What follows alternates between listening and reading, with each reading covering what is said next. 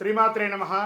చాలామందికి ఒక అపోహ ఉంటుందండి. శని దృష్టి పడితే యోగమా, కష్టమా, లాభమా? ఏ రకంగా సాధారణంగా శని దృష్టి పెడితే సర్వనాశనం తప్పదు అనే అపోహ ఒకటి ఉంది. ఇందులో కొంత మాత్రమే నిజం ఉందండి. శని ఈశ్వర శబ్దం కలిగిన వాడు. శనేశ్వరుడు అంటాం చూసారా, ఈశ్వర శబ్దం కలిగిన వాడు. అందుకే ఈశాన్యంలో నవగ్రహాలను పెడతారు. ఎలా వేదంలో కూడా ఏమని చెప్పింది? ఈశాన సర్వ విజ్ఞానం ఈశ్వర సర్వభూతానాం బ్రహ్మాధిపతి బ్రహ్మణోధిపతి బ్రహ్మ శివోమే అస్తు సదా శివోం. అలాగే నవగ్రహాలు కూడా ప్రతి దేవాలయంలో ఈశాన్యంలో ఉంటుంది. కొన్ని మినహాయింపులు కూడా ఉన్నాయి. ఎలా అంటే తులా ధనుసు మీన రాశుల నుంచి శని ఏ రాశులను చూసినా ఆ రాశులు ఉత్తమ ఫలితాలను పొందుతారని జ్యోతిష్ శాస్త్రం చెప్తుంది. శని తానున్న రాశి నుంచి 3, 7, 10 రాశులను వీక్షిస్తాడు. ప్రస్తుతం మీనరాశిలో ఉన్నందువల్ల శనీశ్వరుడు వృషభ, కన్య, ధను రాశులను వీక్షించడం జరుగుతుంది. ఈ వీక్షణ వల్ల ఈ రాశుల వారికి యాక్టివిటీ పెరుగుతుంది. కొన్ని రాశులు చిన్న ఇబ్బందులు ఉండొచ్చు. శని దృష్టి ఉన్న నేపథ్యంలో కొన్ని రాశులకు ఆదాయం, వృత్తి, ఉద్యోగ అవకాశాలు, సుఖ సంతోషాలు కలుగుతాయి. ఆదాయ ఉద్యోగాలు పడతాయి.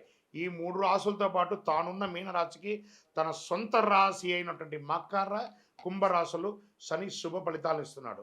శని భగవానుడు అష్టమ శనిగా సింహంలో,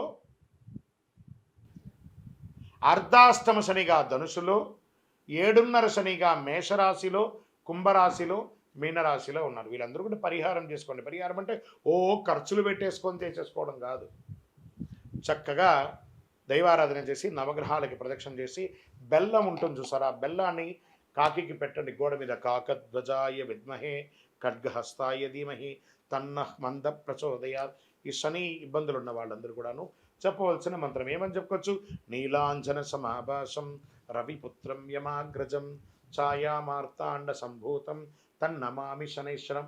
ఇలాంటి మంత్రాలు చెప్పుకొని పరిహారం చేసుకోవచ్చు. మరి శనికి సంబంధించినటువంటి చెట్టు ఏమంటే జమ్మి చెట్టు. ఈ జమ్మి చెట్టు ఎక్కడ ఉంటే ఆ జమ్మి చెట్టుకు పోయి ప్రదక్షిణ చేయండి. ఒకవేళ జమ్మి చెట్టు మీకు అందుబాటులో లేదు, ప్రదక్షిణ చేయలేదు, జమ్మి చెట్టు కరుంగాలి. 90 సంవత్సరాలుగా ఉన్న జమ్మి 140 సంవత్సరాలుగానే కరుంగాలి అవుతుంది. ఈ కరుంగాలి మాలను ధరించండి, జపం చేయండి. ఈ మంత్రాన్ని జపం చేసుకుంటూ మాల వేసుకోండి. అద్భుతమైనటువంటి ఫలితాలు పొందుతారు. శని దోష నివారణ జరుగుతుంది. ఆరోగ్యం బాగుంటుంది, ఐశ్వర్యంగా ఉంటారు, సంతోషంగా ఉంటారు.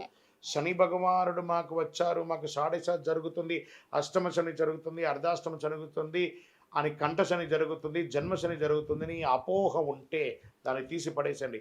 శని భగవానుడు మనల్ని ట్యూన్ చేస్తున్నాడు, జీవితాన్ని నేర్పిస్తున్నాడు. నేర్చుకోండి. ఆ ఒక్క గ్రహం కొంచెం తగ్గినప్పుడు మిగతా గ్రహాలంతా అనుకూలంగా ఉంది కదా, అనుకూలమైనటువంటి గ్రహాలకి కృతజ్ఞత చెప్పండి. చిన్న ఉదాహరణ చెప్తాను. మన చేతిలో ఒక చిన్న గాయం తగిలింది అనుకుందాం. మన యొక్క ఆలోచన అంతా అయ్యో నాకు దెబ్బ తాకిందని దీని మీదే మనం కాన్సన్ట్రేషన్ అంతా పెడతాం. కానీ శరీరంలో మిగతా భాగాలన్నీ బాగున్నాయి కదా, ఈ భాగాలకి కృతజ్ఞత చెప్పకపోగా ఈ దెబ్బ తాకిన భాగాన్ని ఎక్కువ చేసుకోవడం వల్ల మిగతా భాగాలంతా కూడా బాధపడతాయి. అలాగే 9 గ్రహాల్లో ఒక గ్రహం బాగాలేనప్పుడు మిగతా 8 గ్రహాలు బాగున్నాయి కాబట్టి వాటికి కృతజ్ఞత చెప్తూ ముందుకు వెళ్ళండి.